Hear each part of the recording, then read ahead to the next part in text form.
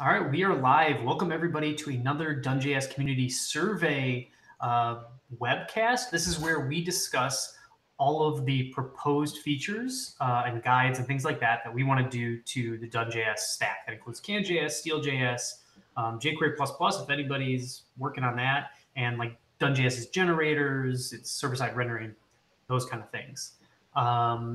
So in a moment, like in a few hours, there'll be a survey that gets sent out and emailed. You can also sign up on any of our open source pages and then vote for these things. So make sure you're signed up for that if you haven't already. I'll show how to do that in a moment. But for now, let's go through what our accomplishments since last time we did a survey. So the big one is CanJS 4.0 released. Whoa. Thanks for the clap. Oh, and Kevin's Woo! here. Hey, Kevin. Hey. That was a good woo. If you haven't checked out CanJS 4.0, please do. I know that we've got code mods that Kevin's been working on that can help you migrate from 3.0 to 4.0 that are still getting better. But 4.0 is really an easy upgrade compared to like 2 to 3 upgrade. There's a lot of good things. We even talk about our community-driven development in this, how we are using surveys to decide what features we want to do. I think it's been really positive. 4.0 brings better debugging tools, easier setup. You really just need can component to get things going, simplified stash templates, and we've just done a lot of work on the inside of CanJS to make things work better. So please check it out. Next thing, as part of the debugging ability of 4.0, we created a debugging guide. This just walks you through all of the debugging abilities in CanJS 4.0. I'd like to point out two things in particular. The first is how to set up debugging. This walks through, if you're using Webpack or Steel, how to make it so the debug tools are installed. And then the next thing I want to point people to is just the ability to know what changes, what causes an observable to change. This is how you can kind of trace what an observable value is dependent on. Here it's just showing if you have a full name property, you can ask the full name. Hey, what do you depend on? How are you derived? Well, you come from an observation that's made from the getter full name, and then that is derived from the first and last property. So this is really useful if you're having trouble understanding how your program behaves. The next thing, we just released DoneJS 2.0. This includes all of the crazy benefits of CanJS 4.0, and it also adds a much better continuous integration and continuous deployment setup. So if you had to set up Travis, DoneJS has a fairly sophisticated continuous integration, continuous deployment setup, where essentially and also works with a CDN for and it works with Heroku for publishing and what's it called for this? Firebase for the CDN. So the general idea is that if you merge something in the master and you make a release, we want to run all of the tests, and then we need it to build your production code and then push out the server-side code to Heroku and the client code to Firebase.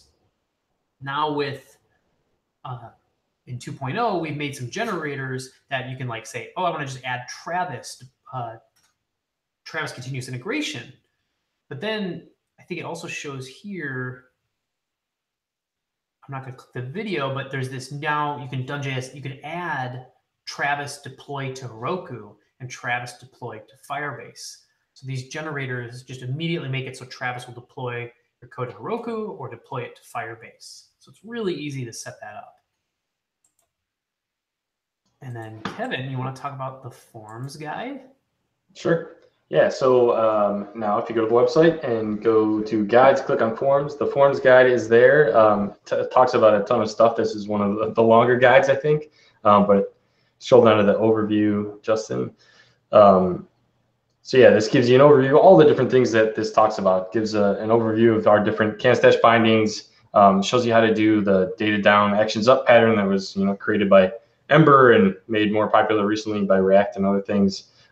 Shows you a ton of stuff, how to do converters, how to use custom events and custom attributes, all of the different things that CanJS provides, how to do validation, some intricacies with bindings conflicts, and then there's some longer examples down at the bottom. I redid the make model year example, and then also showed a larger example on how to use the data down actions up pattern. So there's a ton of information here.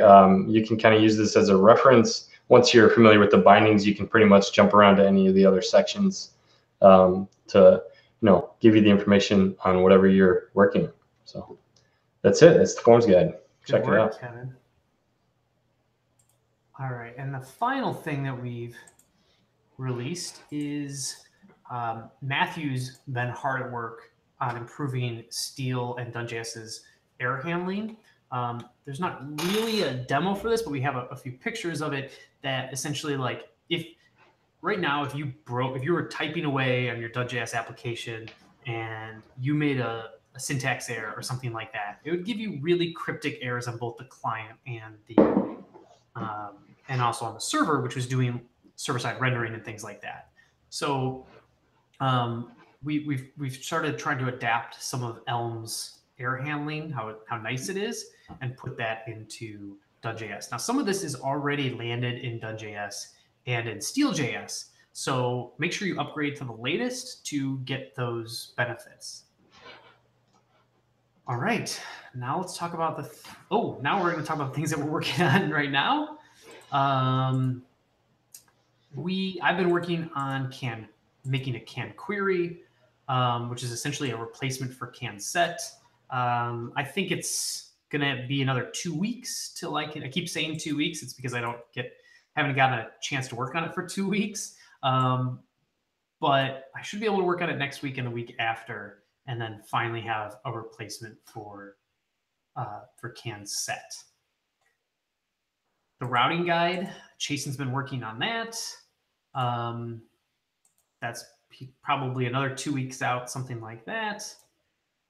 The dev tools for CanJS, we might pause on this one because I think what's going to happen is Kevin is going to work with me to make sure that CanQuery gets down, and then he's going to return to working on the dev tools. But it's coming. It's coming. And then finally, the tree shaking is next for Steel to make sure that tree shaking works. Okay, so things for this that are added new to this survey. So there's some things that are in the that were in the previous survey. We'll talk about those at the end, but for now, we're just going to run through the new proposals that you can vote on. So I'll start off with this first one. This proposal is make CanJS tree shakeable. The general idea is we want to make the can package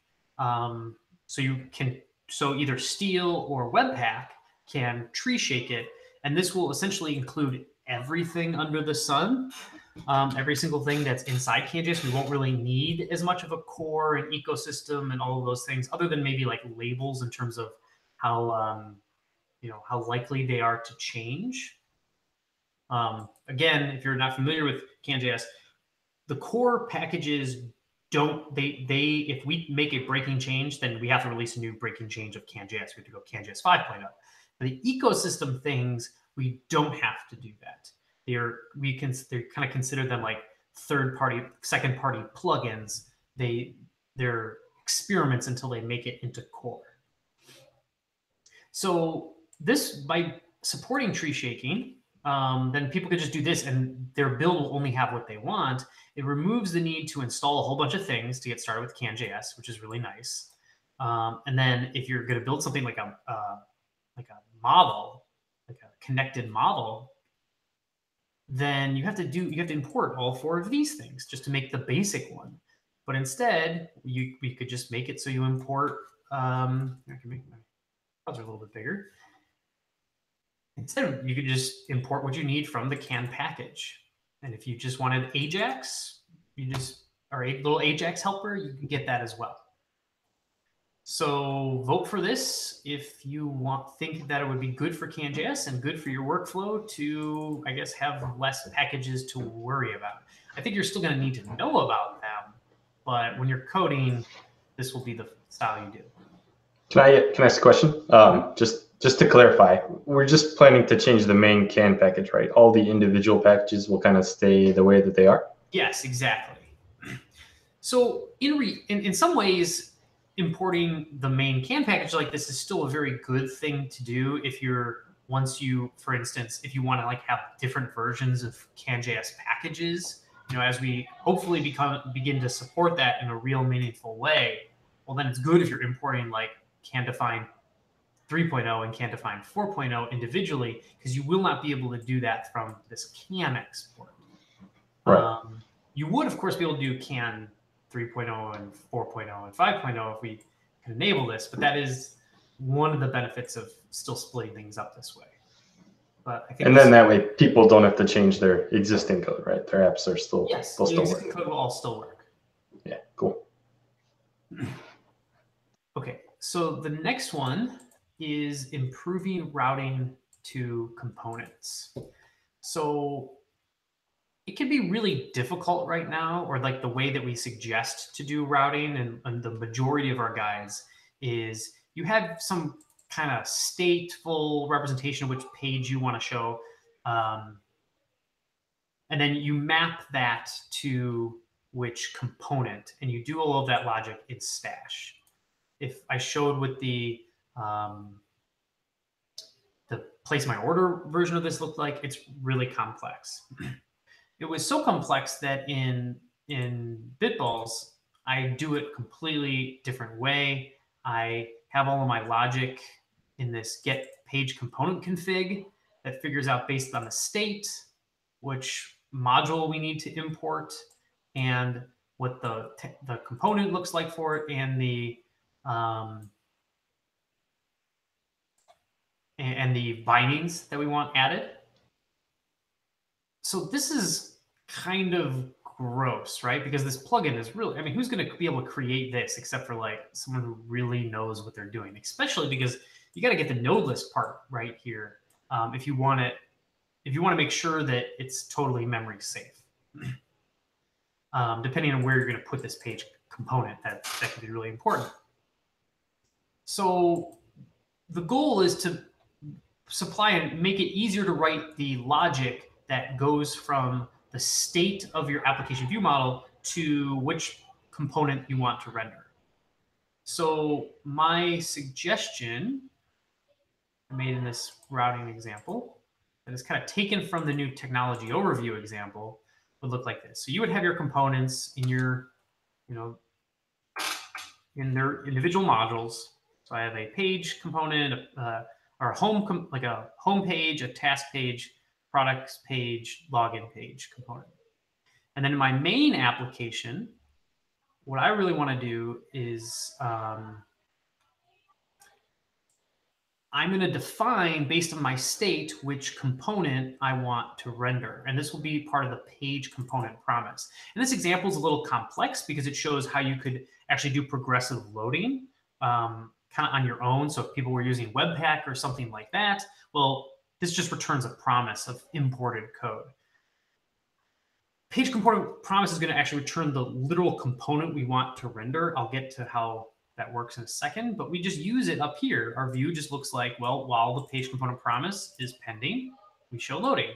When it's resolved, we actually get a physical component instance. We're going to put that in the page. And if it was rejected for some reason, we couldn't import that code. I don't know, maybe creating the component went wrong. Who knows? We can put the reason in the page.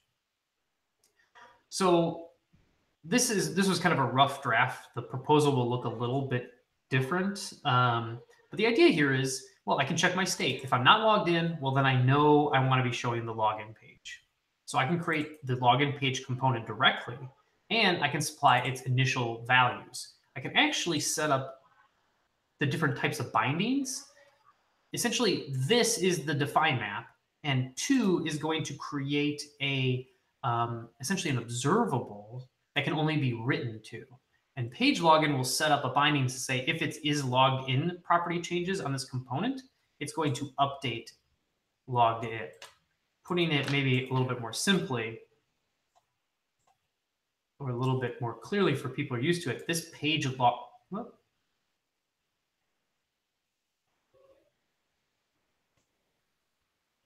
Trying to get my thing right there. Okay, let's do there. Okay, this is the same thing as doing page login is logged in to, you want to send it to the is logged in property on the parent. So essentially you're setting up your view bindings here and creating the component. And that would be my login, my instance of the login component, and we'll resolve my promise with that. For everything else, I'm going to import that component. And then depending on which component, which page we're supposed to be showing, I'm going to create my component and pass it the data that it needs. But I can also set up essentially the bindings. So this would say like, well, is logged in is going to come from the is logged in of, you know, the application component. And you can do two-way bindings as well. This is essentially the idea. What it involves making is we need to be able to just create a component. The final spec that I'm proposing looks like this. You can pass properties of on your view model. You can also pass the templates. These are things used by slots. You can also pass the inner content that would get passed to the component. And then I have suggestions on the APIs on like define map if we want to support that. We could either add a from, to, or bind methods. There's already a bind, but don't worry about that. We can make it still both work. Or we could just have it value from, value to, value bind. Similarly, there is a proposal for a can value, which is like the can compute of old. This could have a from and to and a bind, where you could pass it pretty much any key value observable and a property, and this would give you the right type of kind of observable that can compute would recognize, would know how to, or not, can component would know how to set up the right direction binding with. So anyways, vote for the, well, not yet vote for this. There's actually one final benefit that I forgot to mention. I was talking a lot about the details, but I should be selling this because I really like this one. Testing would be really nice for this. No longer do you have to like render a stash template to really get a component. Instead, you can just create an instance of that component with your view model, and then you could like, you know, change its name and then just get the component's element and just see that it changed, right? You don't have to go through stash and make like a weird template just to get a component to instantiate itself. So vote for this if you want to make this kind of routing easier and arguably testing of components easier. All right, Kevin. Cool. Let me share my screen.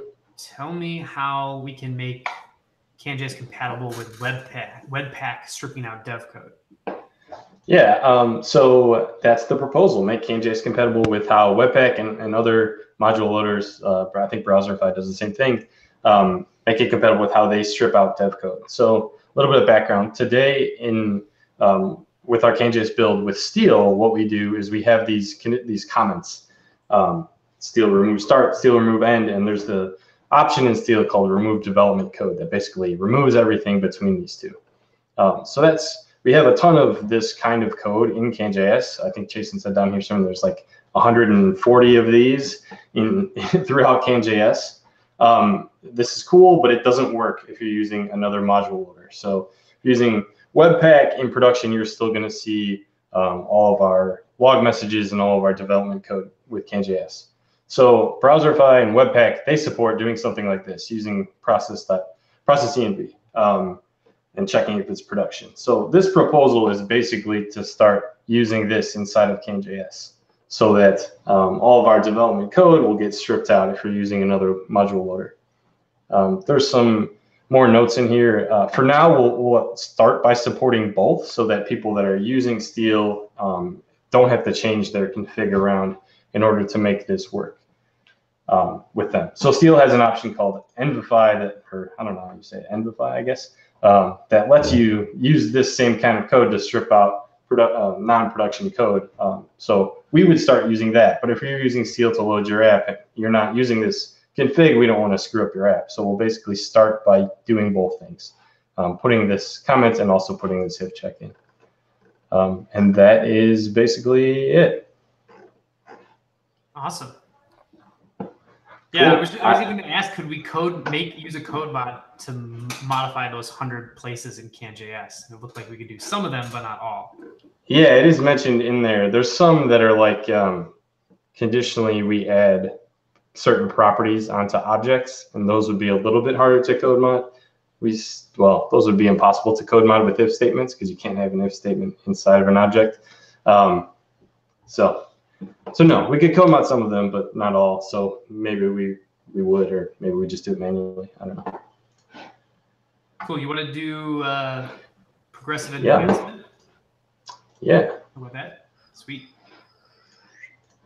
Share my screen again. Yeah. So this proposal is to make it easy to use CanJS for progressive enhancement. So if you're using an app, or if your app today is not really using JavaScript, or you are mainly using PHP or another kind of server rendered app, we want to make it really easy for you to add CanJS on top of what you have. So this proposal, basically, you can envision like you've got some HTML that looks like this. You have a form that's maybe just doing a post to your server.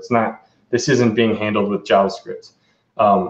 This proposal will let you do, I'm calling this, I think, can enhance or something like that. Yeah.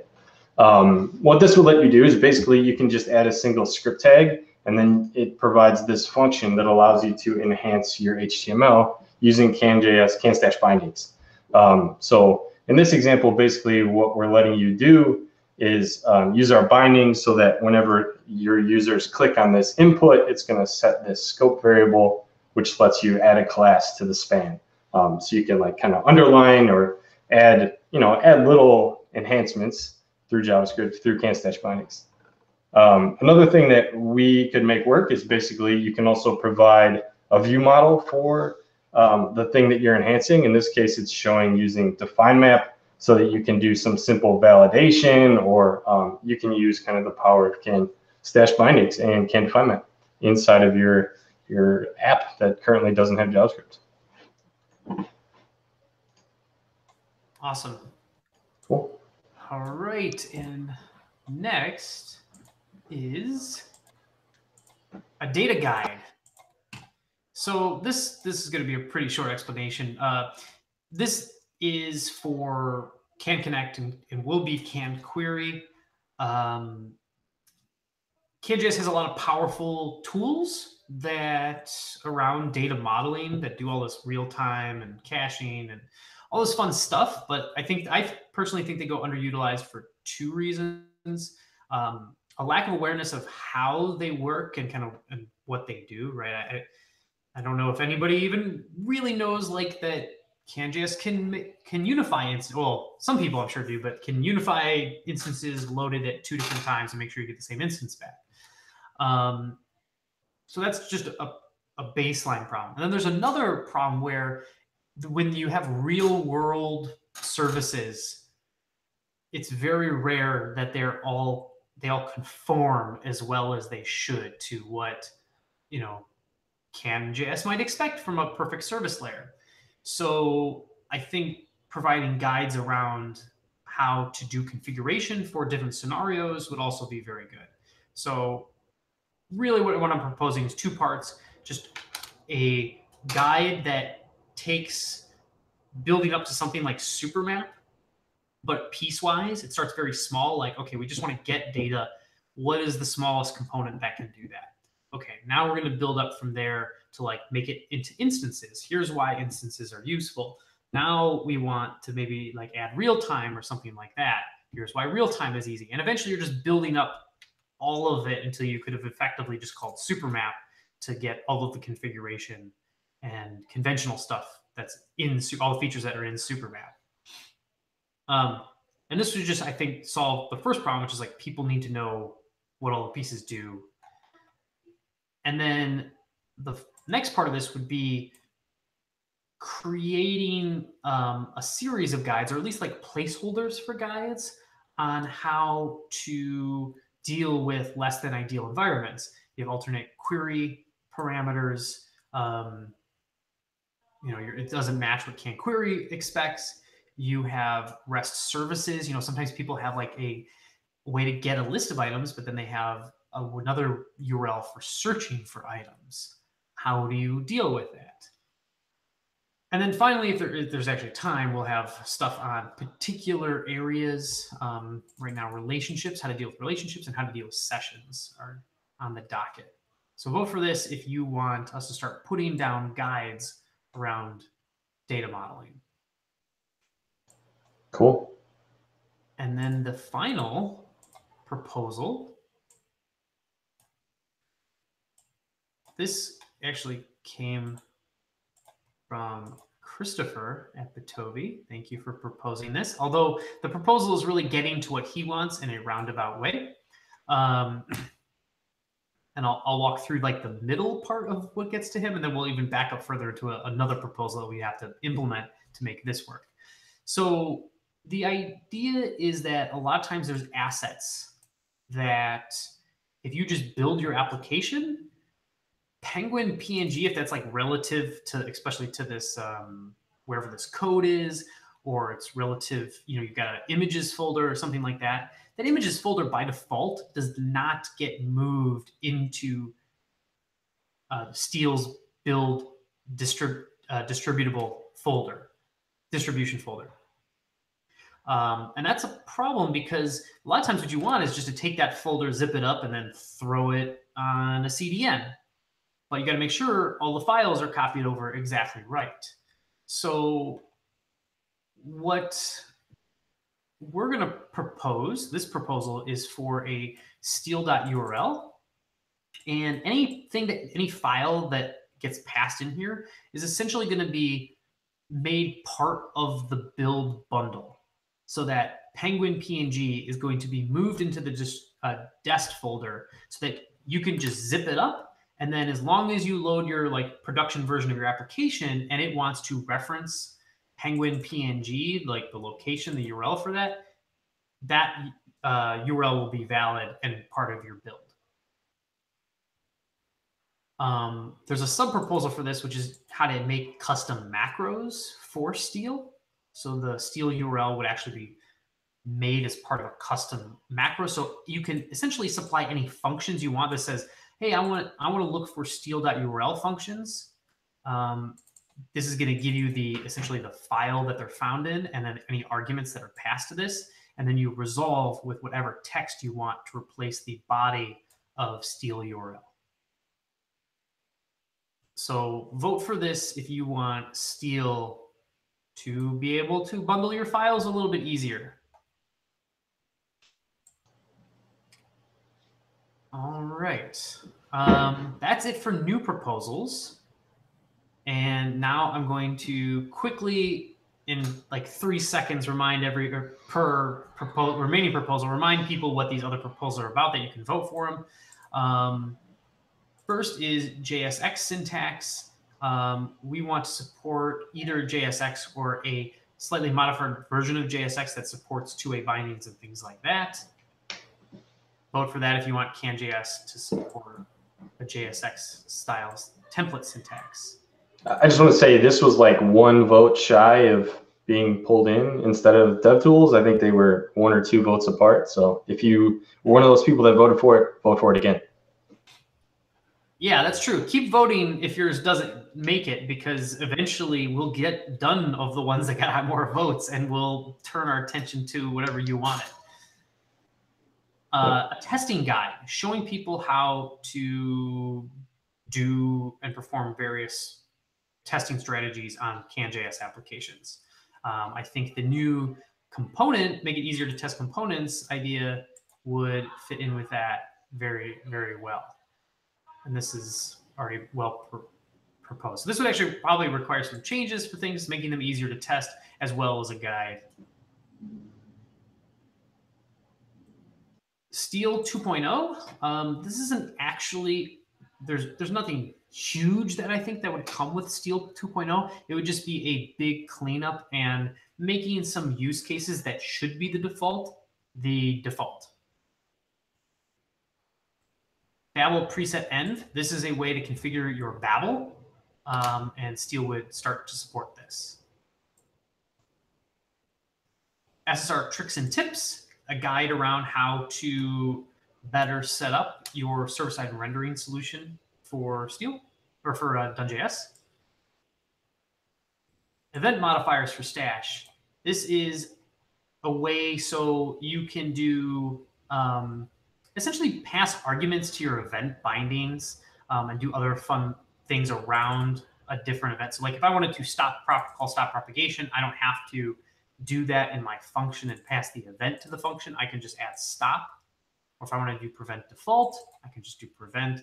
And I do talk about a lot of this is kind of coming from Vue, and Vue has a lot of these modifiers. Stream view models. This is a way to make streams. To integrate, it's basically like integrating streams into something like a define map. I'm trying to find it's like a huge example of this that I made. Okay, this credit card one. Vote for this if you really like streams and want to see a way for them to be organized. I think that's the biggest problem if you're just using streams on their own. They're not very well organized into objects, which are much more easily consumed by people, I tend to think, and kind of mixed and work together. This tries to give you all the benefits of streams, their ability to be functional and tested easy, but have that object-oriented external API. Live reload can be a little slow. We'll make it faster even. It's pretty simple one. And make an animation guide. So, and this will probably make some animations easier too, but this is showing people how to set up animations as their page changes. So vote for this if you want to learn how to do animations better in a CanJS application. So that is it. Sorry for droning on so long, but you got to admit that stuff was really exciting. I mean, that was like a Michael Bay movie of features.